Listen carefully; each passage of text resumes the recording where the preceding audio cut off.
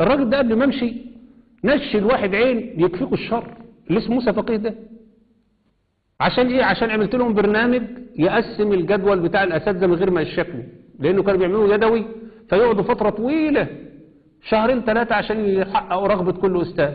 فانا عملت برنامج على الاكسس بتاع برنامج كده يقسم التقسيم على حسب رغبات الناس، فيقوم مطلع الجدول في ثواني ويقوم مطلعه. فاديت له الجدول، قال انت شغال ايه؟ انت بتاع شريعه بتاع عقيده ولا بتاع استاذ كمبيوتر؟